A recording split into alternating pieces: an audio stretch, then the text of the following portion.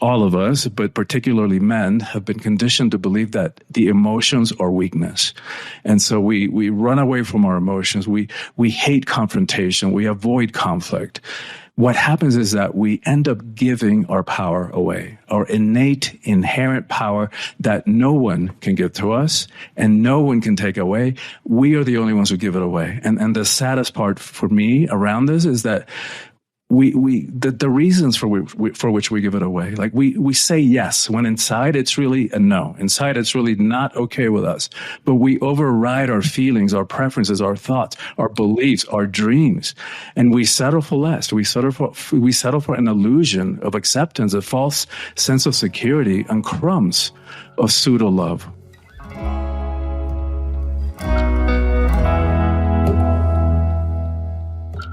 Hello, everyone. Welcome back to episode 66 of Business Therapy, a show about exploring the intersection of mindfulness and business. Every week, we sit down with business professionals from all walks of life to discuss how business success can always be balanced with a conscious and grounded perspective. This week, we're happy to have Christian De La Huerta on the show. Welcome, Christian. Hey, Sam. Hey, John. So thanks for having me on the show. Absolutely. So Christian has written the book, Awakening the Soul of Power. And he's got a lot of great content to talk about in terms of different power dynamics. And we're excited to have him on the show for a conversation about all of the different topics that his book covers and anything else we can fit in today. So, Christian, I would love for you to just start us off with an intro to yourself. And I'd love to hear a little bit more about the book. Yeah, I've been doing coaching, retreat facilitation for over 30 years. Live events mostly up until 3 years ago were like so many of us, I had to pivot and create virtual online programming. Now I'm starting to do a little bit of both. I'm just starting live events again, and I'm excited about that. The book, is one of the blessings for me of the pandemic, without minimizing all the tragedy around it. But for me, I've been brewing this book in my head for 10 years, and I went from 100,000 miles on an airplane a year to nothing. So it forced me to sit my butt down and get this book out of my head and get it published. And I think most of us struggle with issues around power. There's a part of us that wants it, desires it, and there's another part of us that's afraid of it. And the more that I speak with people about it and dive into understanding this issue, I think what we fear is that if we really owned our power, if we really stepped into it, that other people might not be able to handle it, and we might end up alone, rejected, and that's no fun. I think we also fear that we might abuse it. And no wonder. How many abuses of power have we witnessed and experienced and been a part of? And then on top of that, we've been conditioned to believe that power is a bad thing. Power corrupts. Absolute power corrupts absolutely. What they didn't tell us about that quote is that Lord Acton was speaking specifically about political power, not personal power.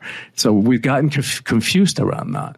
And then when we add to the mix that all of us, but particularly men, have been conditioned to believe that the emotions are weakness. And so we run away from our emotions. We hate confrontation. We avoid conflict. What happens is that we end up giving our power away, our innate, inherent power that no one can give to us and no one can take away. We are the only ones who give it away. And the saddest part for me around this is that the reasons for which we give it away, like we say yes when inside it's really a no. Inside it's really not okay with us. But we override our feelings, our preferences, our thoughts, our beliefs, our dreams, and we settle for less. We settle for an illusion of acceptance, a false sense of security, and crumbs of pseudo love. So not a good strategy. Mm-hmm. There's so many rich topics within that intro that you just gave. But can you start off with just maybe a definition or an explanation of what you mean by power? Yeah, I mean, it's interesting that in the Latin root and in some, in several languages, there's a connection between power and to be able to. Like in Spanish, poder means both power and to be able to. So there's a sense of having our own agency, of being able to, having the courage, the willingness to be who we are and to do what we feel called to do in this world. And as we started to talk about before we started recording, the book is for everybody, but it has a particular message for women around women's empowerment. And that's because I am convinced that the empowerment of women is the single most important thing that needs to happen in the world. And it's not to idealize women. It's not to put women up on a pedestal. Women also abuse power. It's because the balance, in this world of ours, as a species, we've been running so off kilter between that masculine and the feminine energies, which, much to the surprise of some humans, course through every one of us, no matter what kind of body we're in, because it's that balance of the masculine and the feminine. It's present in all of the cosmos, in all the universe. For some reason, we as humans have decided that the feminine is weakness, and there's so many misunderstandings and wrongness and those conclusions, which we can get into if we want to. But I also added a chapter about what it means to be a man in the 21st century, because men also pay a price for this hierarchical power over my way or the highway, cowboy mentality of the relationship to power. But you're expressing that kind of tension between like not abusing power or the hierarchical power versus enabling your own power. Yes. So how do you see maybe like what's an example of letting your power come out, and what would be an example of maybe power that's more abusive? Well, I talk about, like, as a part of the way that we reclaim our power and solve this ambivalent relationship that we have with it is understanding that there are different types of power. So in the book, I talk about how there's worldly power or ego power, the way that the world relates to power. So most of us tend to associate power with people who are famous, they're wealthy, they're high up in some corporate ladder, some corporate hierarchy. But the thing about all those expressions of power is that because they're external, they're outside of us, they're fickle, right? Here today, gone tomorrow. That external worldly kind of power always has an agenda. So it's always trying to get something for itself or to prove how powerful it is or how fill in the blank it is. And in contrast with what I call spiritual power or soulful power, or authentic internal power that's found in each and every one of us. And it has nothing to prove. And nobody can take it away. Nobody can give it to us. And it's humble. And rather than being about self-service, about having an agenda, it's about service. It's about making a difference in the world. And it's no less powerful. In fact, I think it's more powerful. So one is more about hierarchy, about power over, fear, force, domination, manipulation. The other one is just about self-expression. And I think of a Gandhi or a Gandalf, from the Lord of the Rings, in their simple monastic robes, their sandal feet. From looking at them from the outside, you'd never know how much power they hold until it's needed, until it's necessary. And then get out of the way. Gandhi brought the British Empire to its knees when it was at its highest point in terms of global reach and influence. And he did that without ever shooting a gun or landing a single punch. That's power. And what would you say or maybe what are some of the reasons that someone wouldn't allow their own power to be expressed, their spiritual power? What would inhibit them from doing that? Fear of rejection, self-acceptance, self-doubt. And I want to say too that I'm a very unlikely person to be speaking about empowerment and what it means to live heroically in the 21st century, because I know self-doubt. I know self-hatred. My entire adolescence was one long depression. And flash forward to today, like no matter the details of my life, the circumstances, whether a relationship works out or it doesn't, whether a project succeeds or it fails, never, ever do I question my sense of worth. Like that is established and unshakable. And I know that if that can happen in me, it can happen in anybody. So it's all intertwined with self-expression, being all of who we are. It's all part of expressing our own power. Mm-hmm. And as far as we started to talk about the need for female empowerment, and as a balance, you said you added a chapter about male empowerment, but typically, I guess in today's culture, people don't think about males needing more empowerment. But before we talk about why that is and why that might be a misconception, for sure, can you give us just a little bit of background on why females are in such a state of imbalance in the world today and why their empowerment is so paramount? Thank you so much for bringing me back to that, Sam. I think when women are in 50% of power, we're going to have a very different relationship, and we're nowhere near close to 50%. I mean, not even in our own national leadership, we're not even close to 50% in the U.S. And so I believe that when women are in 50% of power, we're going to have a very different relationship to war and poverty and hunger and education and social justice and how we treat the environment and to all of it. So my thinking about this is it's not about making one superior to the other. It's more about finding that balance, because I think women innately have a deeper connection to life, just physiologically, cellularly. And so I believe that. To me, it's like a strategic thinking. When women are in 50% of power, then, maybe that's what I think needs to happen if we're going to dig ourselves out of this hole that we have collectively dug ourselves into. Mm-hmm. And why do you think that women are so, I guess, there's a lot, this is a very big topic, but from your background and your research, why are women on the back foot right now? Why is it that women are not represented equally, and why do we feel like they need to be lifted up? How did we get here, basically? Well, 6,000 years or however many thousand years of patriarchy. And it started, before we had a god, we had a goddess. But then when the patriarchy came around, and those goddess-based traditions, the more indigenous-based traditions all over the world, were exiled. And it was a conscious thing. Like if we look at how many of the Christian temples, just to use one example, were built on sacred mounds of indigenous traditions, so it's like a supplanting of the spiritual energy that was thought to be held in those physical environments. We went from a mostly matriarchal societies to patriarchal ones all over the world. And the feminine was then considered to be weakness, was considered to be less than. It's a faulty assumption, because we want to talk power. If we want to talk resilience, if we want to talk courage, let's talk about the power of creation that resides in a female body.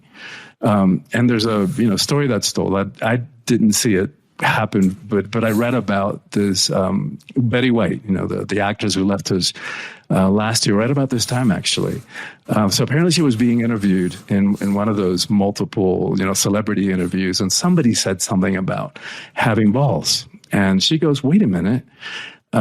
How do we get this connection between having balls and courage? You thump those little things and the guy collapses, bends over in pain. You want to talk courage, strength, resilience, let's talk vaginas. Those things take a pounding. But more seriously, this is not putting men down, obviously. This is just a call for balance and a call to reclaiming the power that is in the feminine. And not only for the sake of the women in our lives, but for all of our sake. Because, as we started to talk about, men also pay a price. It's not even to begin to compare the price that women have paid during these years, thousands of years of patriarchy and the suppression of women. There's still cultures in the world where women have to walk 5 feet behind their men. And not allowed to drive. And even in this country, that we're far from equal. It's like, not to get into all the political and legal stuff that's going on, but it's still an issue. And this whole transgender thing that is being politicized, it's really about gender. It's really about the feminine and this threat of the feminine. But to complete the thought about the price that men pay, the rate, let's look at some numbers. The rate of suicide in the US, men commit suicide 4 times as frequently as women do. In fact, 70% of the suicides in the US are committed by middle-aged white men, which are pretty clearly, at least from my perspective, still hold the majority of the power in this world. And also, let's look at longevity. Women outlive men by 5 years in the US. We look at the numbers globally, it's 7 years. So what is that? That's really interesting, because one would think that the power that holds the majority, that the group that holds the majority of the power in the world would have more privilege, would have healthier, longer lives, but no, it doesn't work that way. And so when I look at that, I think it's because of the price we pay for this misunderstanding, this limited and limiting way of what it means to be a man. And because we've been conditioned since we were kids, little boys don't cry. To believe that the emotions are weakness, that we walk around like uncaring, unfeeling robots, and we think that's powerful. We think that's strength. That's not. This is prison. This is such an imprisoning way of looking at what it means to be a man. And there's a price to pay for that, because what used to be spiritual teaching that everything is energy, now we know from quantum physics that, hey, everything is energy. So that means this chair I'm sitting on, this mic in front of my face, the body, even though it might feel solid, it's vibration, it's energy. The emotions are energy. And we know from physics, energy can't be destroyed. It can only change forms. So all those countless times throughout our lives that we have stuffed our emotions, that we haven't allowed ourselves to express what we were feeling, that stuff doesn't go away. It gets lodged in the tissues and the body. And after a lifetime of doing that, we walk around with layers and layers and more layers of repressed emotional crap and unhealed past trauma. And then here we are trying to have a relationship in the present, and all of it is getting filtered through all that suppressed emotional crap. Yikes. There's so many things I want to, you keep going through, like from major topic to major topic to major. I mean, all within the same, but this is very, very rich. And I should say that Sam and I are very aligned with the ideas of energy and the spirit. So it's, so we're excited to even, hear the terms being suffused into the conversation. But I wonder about the vulnerability part, or, people feeling that they can't really express, their emotion.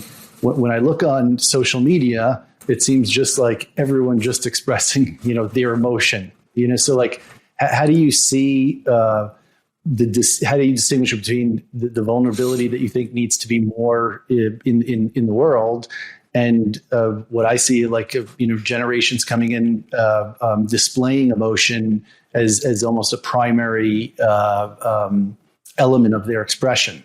That's a beautiful and profound question. Let me wrap up and make the connection because it's important about what I was saying before about the price we pay for not expressing emotions, because those energies have to come out one way or the other. So, and this connects to what you just asked. Either what happens is we suppress, and then the next unfortunate one rubs us the wrong way, and boom, volcanic eruption, causing harm to our relationships.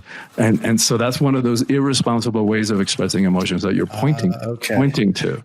So failure for society to give healthy channels for expression and teaching the healthy development of balancing your own energy is resulting in these explosions of emotional energy that is just eruptions. We're clueless. We're really clueless. If you would have asked me 30 years ago, and by the way, my dad was a psychiatrist who was also clueless about his emotions. He was a good psychiatrist. I know he was, because I've heard people, give me that feedback. They used to see him.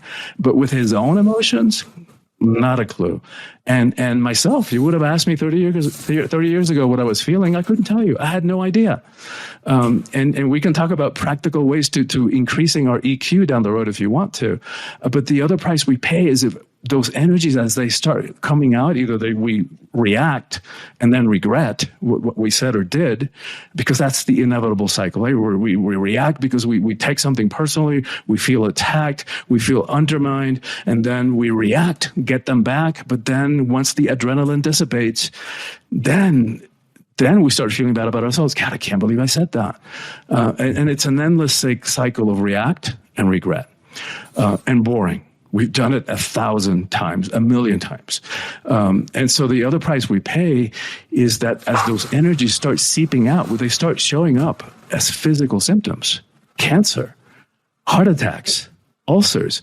And I think that's the part that's connected to the longevity differences, because women are freer in general in expressing those emotions. We have taken on this definition of, like, we don't even know who came up with this, that the emotions were weakness. Emotions aren't strength. Emotions aren't weakness. Emotions are energy. Depending on how we express them, how we give them voice, they have a good or a not so good effect. But innately, they're just energies coursing through our body. And part of the reason we get into trouble with them is because we suppress them. If you look at a 2-year-old, going back to that unfiltered emotion, emotional expression that you're talking about, John, you look at a 2-year-old, they have a total meltdown, a complete tantrum. A minute later, they're playing like if nothing happened. Right? And what is that, right? They're having their emotions fully. We get into trouble with them because we suppress them. And then once we suppress grief, it congeals. It turns into depression.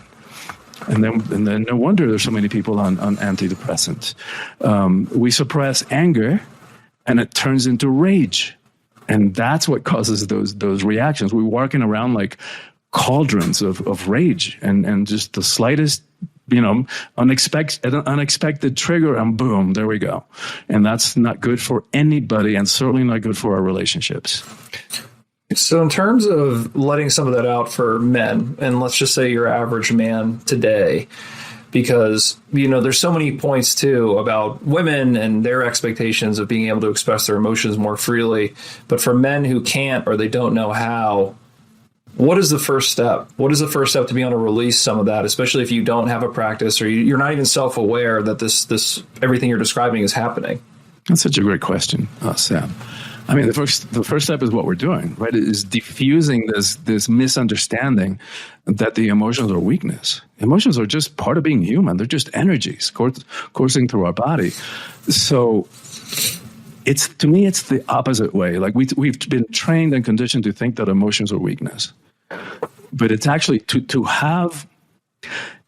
develop EQ, right? to develop that understanding of what's going on with me emotionally, being able to identify our emotions. And then on top of that, learning how to express it. Not in the way that John was talking about, where we just like dump them on each other like irresponsibly and selfishly and very ungracefully, because ungracefully mean the way that they can't be received. The other person that just gets dumped on and then dumps back on us. So we just throw the emotions on each other's lap, and it never, ever ends well. So developing that ability, that skill to learn how to communicate those emotions responsibly, meaning that we own that it's our emotions. Nobody can make us feel anything. Nobody can make us feel anything if we don't allow it. If that wound isn't there, that gets triggered when somebody says or does something, and we take it personally. And so communicating responsibly, courageously, because yes, it's always going to take courage, and gracefully, meaning in a way that they can be heard, is the opposite of weakness. It is the stuff of mastery. Mm-hmm. And what do you say to someone who says, well, if I truly shared this, I wouldn't be accepted, or the people couldn't handle it? Yeah, that's the fear. That's the fear. What do you tell them? What do you tell someone? And same thing with power, right? That's what we stuff ourselves. Same thing with the emotions. Is like, what? There's a huge price to pay for that. Not only in terms of what we're talking about, the emotions and how then result in being expressed unhealthily, but in terms of self-expression. Like that's where so many people are just walking around depressed because we're stuffing ourselves into smaller little boxes, and we're adapting ourselves to different situations in our lives. Like we're this way at the office, we're this way with our coworkers, we're this way with our emotional intimate partners, this way with our parents, this way with our kids, this other way with our friends. It's exhausting. Right. And then to remember what we said and how we show up with each of them, it's exhausting. It is so much more easy to be who we are wherever we are. And of course, not stupidly. We're not going to go sharing every one of our experiences or inner thoughts in the workplace. It's just not appropriate. But we get to express ourselves authentically as who we are, wherever we are. And that is incredibly empowering. If we could stay with that for 1 second, that idea of the multiple personas that people spend so much energy maintaining. How does someone, if someone has all these personas and that's what they're spending all their time doing, how do you start deconstructing them? Or how do you start, like, it's almost like, do you start with the whole world? Because ultimately it's you trying to just be you. Or do you sequence it, or, how would you tell someone to go about that? And before you even jump into all the personas, why don't we just start with the work persona? Because that one, I think there's a lot of complexity around that one. I'd love to hear your thoughts on how do you start to manage the work persona? Because work brings its own social constraints and its own set of rules. For sure. And it encourages artificiality and inauthenticity. Like, we have to put on a face when we get into the office and dress a certain way. And act a certain way and talk about certain things and joke about certain things. It's exhausting and it's, oh my God, it's like, I can't even imagine. I know what it feels like because I used to be that way, but I can't even begin to imagine because it is soul devouring. Being inauthentic, it just like sucks the very life force out of us. And your question, John, is profound. Like how do I know who I am? Some of us don't have any idea. And so personas take the place of having to figure that out. Exactly. It's already packaged for me. I don't even have to deal with it. Exactly. It's a journey, right? And it's a heroic journey. Part of I weave in the hero's journey from Joseph Campbell. It was been around much longer than Joseph Campbell. It's been around in all of our myths and ancient Greek literature and Roman literature, but he kind of conceptualized for us. So I weave that process of discovery and transformation into the book as well. And so, yeah, absolutely. Learning who we are, it's the first step. And nobody can tell us. Nobody can tell us who we are and who we're not, but it's an inner feeling. And so as we dive into ourselves, we begin to fine tune those. Whenever I behave this way, that felt kind of yucky. It felt kind of, it didn't feel authentic. It wasn't like a authentic expression. I think the more that we start paying attention to that and diving within, the more that we start fine tuning. Well, that doesn't feel right. That felt good when I expressed myself in this way. That felt really good. So it's kind of we start getting internal feedback and external feedback because people, even though they may not know who we are and who we're not, we feel that. We all feel that when somebody's being authentic, we feel that. Like we go to watching somebody on a stage. It's subtle, but we can tell if we start paying attention. We can tell when somebody's putting on a show, when somebody is being inauthentic. We're just feeding off the applause from the people, and we can tell when somebody's being authentic. It's a different feeling that is palpable, and we may not be able to put those words on it, but we feel it. And so the same thing with ourselves. And so that's the first step is discovery, self-awareness. We can't do anything about what we can't see. And so there's no way around it. And that is also heroic, right? It's a lot easier to go through life just kind of being at the effects of life, and the whims and the ups and downs, and people's expectations and conditioning and their demands on us, and what's expected by society and by our families and culture and religion and all of that, what it means to be a man, what it means to be a woman, all that stuff that most of us don't even question. Where we got those thoughts and those beliefs, they've just been passed on generation after generation, for the most part, unquestioned. And that's part of the reason why people have a difficult time today, because all those definitions and all those roles are being questioned. And thank goodness that they're being questioned. And part of what we're going through, what we're going for is we get to define ourselves as exactly who we are. And that's heroic, to be willing to dive within, to face ourselves, to face our own inner demons. It's nothing less than heroic. It is heroic. I'll just say a quick anecdote. Years ago, there was a Broadway show that was starting to get bad reviews because the production was going stale. And the director introduced that every actor and actress handed to one another a marble during the show. And so it was just constantly being passed around.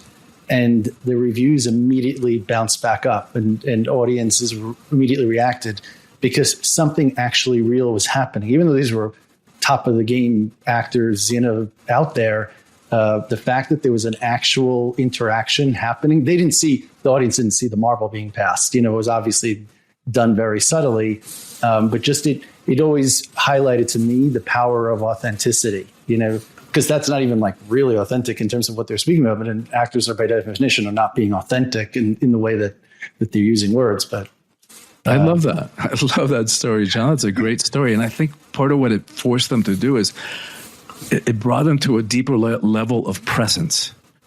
Exactly. Like not only am I there delivering my lines, but I have to be present to wait for the right moment that I can get away with passing this marble to the next one. I think there's wisdom in that director, what he did. I didn't mean to redirect, and Sam, I don't know if you were about to say something, but I'm always on the verge of saying something, I would say. But the fundamental, and, before you could even talk about how to increase your power and some of the things we started talking about, I think this fundamental aspect of people not knowing themselves is so foundational. But I think for most people, I guess what I would ask, do you feel like the average person today, and just for our listeners to try to build this self-awareness, does not know who they are? Let's say the average male today, for example.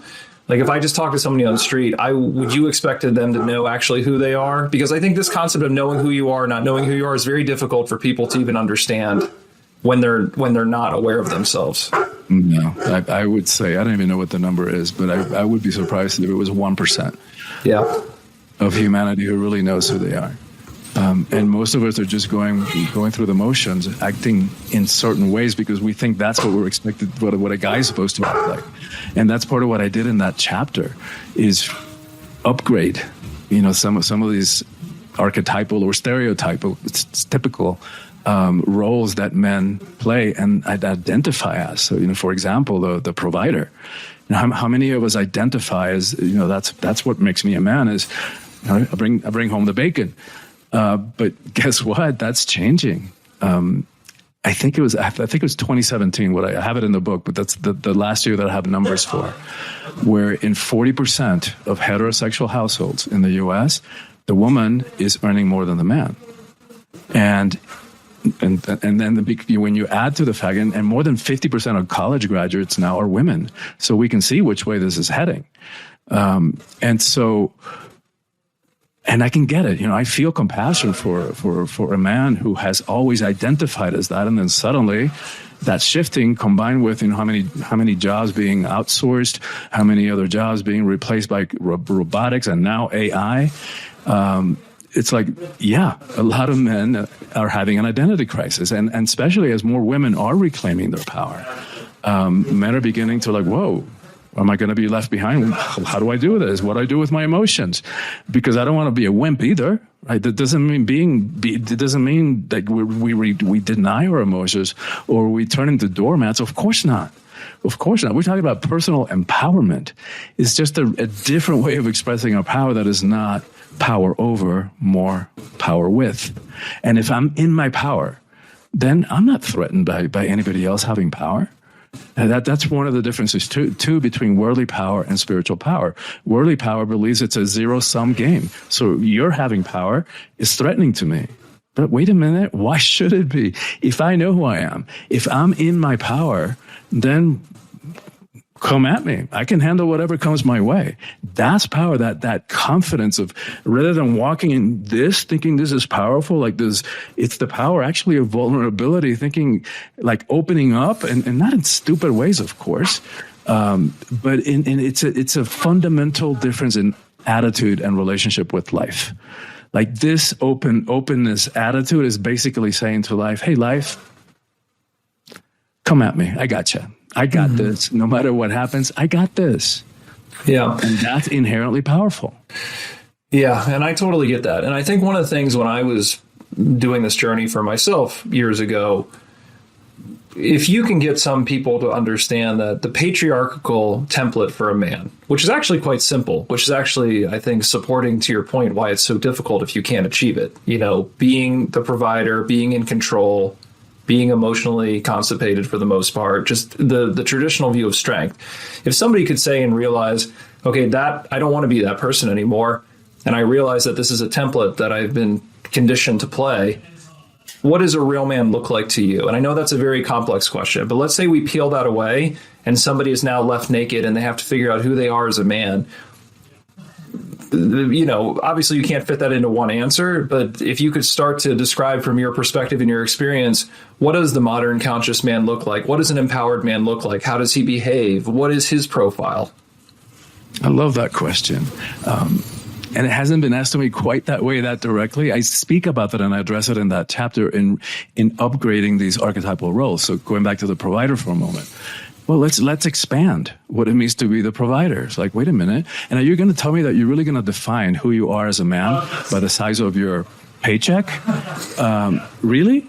That's what it means to be a man? To me, that is such a limited and limiting way of holding ourselves as men. And so, the explorer. That's another one. Like, that's so much a part of our identity. But now at least on this planet, we're running out of places to explore and discover unless we go deep into the deepest ocean or out into outer space whenever we really get to do that. And most of us aren't able to do that yet. But what if we provided a safe space in our families, with our friends, with our circle of loved ones, a safe space for people to feel safe to be who they are, to explore ways of expressing that, that sense of openness is such a gift and such a rarity in this world. And that is priceless. That is so, like if we were able to be the rock in our families, in our homes, on which our loved ones can step with the security of knowing that we have their back, no matter what choices they make. That is priceless to be able to go through life with that knowing that somebody has our back, that is priceless. And any one of us can do that. The explorer, how about diving within? That takes gonads. That takes balls. That takes courage. It's a lot easier to go through life self-medicating in all the creative ways that we do that, numbing ourselves, running away from ourselves and our feelings with drugs and alcohol, food, sex, social media, even exercise, all of it. It's like even workaholism depending, none of those things are inherently good or bad. How we do them. Depending on how we do them, they have a good or bad effect. But if to have that courage to dive deep within and discover who we are, and then be that in the world, that is nothing short of heroic. And what a beautiful way to see ourselves as a man. So to me, those are expressions of what it means to be a man. And yes, it means to be strong. Yes, it means to be powerful. And what if we allowed ourselves to fill in some of the edges a little bit more, to color in a little bit more, so that it's not such a limited way of being a man? What if we allowed the emotions, right? And learn to develop mastery around them? What if we allowed sensuality, pleasure, rather than wham, bam, thank you, ma'am, right? Like dive into the pleasure and the sensuality, which is traditionally associated more with feminine. But guess what? Those sensual energies are also coursing through us. But it sounds almost like it's not really a matter of male or female characteristics, which could be another persona, that you have to achieve. But it sounds like when you speak of the things that maybe are more healthy expressions of someone's, someone individually, it could apply equally to men or women. For sure. Or do you think that there are certain ways a man needs to embrace his identity versus the way a woman would embrace her identity?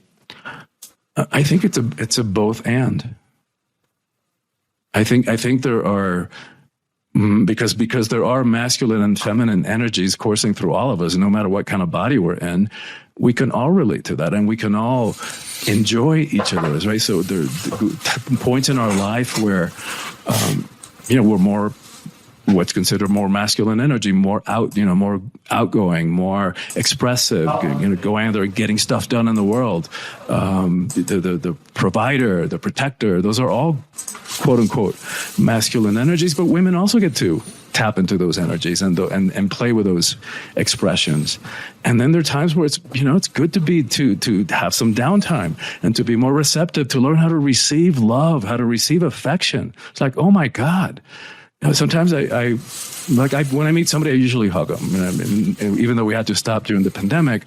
And sometimes I hug not just men. Sometimes women are like a tree trunk too. But in general, more like men are more guarded about that. It's like, wait a minute, relax, dude. Just receive the affection, receive the love. You don't have to add layers of meaning to that. It's just energies. And to me, it's so yes.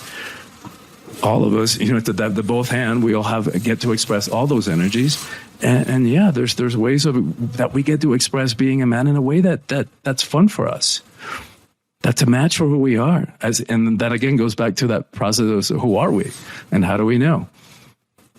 Because I often wonder, as I see different entities starting to achieve a more representative ratio of men and women in power. A lot of times you can't really qualitatively see the difference between a woman in power or a man in power, because it might not be about the male or feminine energy that maybe is naturally there, but it's about what it took to get to that position. And so, I guess I'm just making a comment about always looking for that underlying healthy energy, or the energy is the energy, but the healthy expression of it and enablement of it versus, necessarily if you could have 10 women, but still have a lot of male dominant qualities in its expression. So for sure. And we see that in the business place. It's becoming more balanced now, but like when women started reclaiming their power, and I don't think this was a conscious choice. I think it was just implicit in the way we thought. Okay, well, we have to dress and act like a man does, and so we have this hierarchical definition of leadership, where it's been studies done, since we were beginning to talk about all this stuff, that the more feminine, more inclusive, more dialogue style of leadership, the servant leader, is much more effective in eliciting performance from our team and from our coworkers. This old way of doing it, like this hierarchical leaders, my way and that's it. And talking about it, it's like it doesn't really work for anybody, and it doesn't work in the workplace. And thankfully, like we talked, women, you would see them initially dressed like guys and, very angular business suits, and they would cut their hair and assume those more quote unquote masculine expressions of leadership. Now you're beginning to see that soften a lot more, and you're beginning to see a lot more women get to realize, what, I get to be both. I get to be a kick-ass leader, and I get to be a gorgeous, sensual woman as well. So there's changing that needs to be done on, with both sexes, and whatever that harmonious expression of energy is. Absolutely. Would be a good result. Yeah, absolutely. And women are a little ahead of the curve on this. Women have been finding their balance. I think heterosexual men, are lagging a little behind now. And by the way, I think that's the reason why there are political implications of that, right? People who feel threatened, and they feel like, all right, it's a limited amount of power, so it's a limited pie, and so having all these women and minorities stepping up and assuming roles of power is like, whoa. They feel like something is being taken from them, but it comes from that limited perception of zero sum. Like, you're having power takes away from mine. And there's enough for all of us. And so that's why you see so many people, and men in particular, wanting to go back to the way that it was in the 50s, when things were so clear and defined, and when white men had most of the power. Yeah, a lot of huge topics. Yeah. So as we get close to ending here, Christian, for those who are listening who would like to learn in more detail about some of the topics you're talking about, or connect with you, or connect with your book, do you have any final words of advice for the audience? Yeah, I mean, just go back to what we were saying from the beginning. There's a way that we can step into our power in a way that's different, in a way that doesn't have to be about hierarchy and fear and control, in a way that doesn't require that we push anybody down, step on them, put our knee to their neck in order for us to feel powerful. And not only is there a way, but we've got to do this, both for our personal inner peace and health and longevity, but for our collective survival. And so in terms of how to reach me, the book is available wherever books are sold. So if you want to support your local bookstore, you can order it there, or you can get it on Amazon. In terms of reaching me, probably the best way is my website, and from there they can access my social media. And that is soulfulpower.com, SOULFUL, power.com. And for your listening audience and for your watching audience, anybody who goes to my website and gets on my email list, and we know how easy it is to click unsubscribe if it doesn't work for you. But if anybody who does, we'll send them a sample chapter from the book. And it's a chapter that talks about what it means to live heroically in the 21st century. We'll send them some power practices that are designed to deepen that level of self-awareness, and figuring out why we do the things we do, and looking at these subconscious drivers of behavior that sometimes we're not even aware of. And then we'll send them a guided meditation that I created probably 2 years ago now in the midst of the pandemic. And it's about how do we move into a place of trust? How do we find center in the midst of chaos? Fantastic. That sounds like a really generous offering. Thanks for sharing. And also just thanks for being generous with your time and coming on the show. It was a fantastic conversation. And for those of you listening, thanks a lot for tuning in, and we'll see you next week on Business Therapy.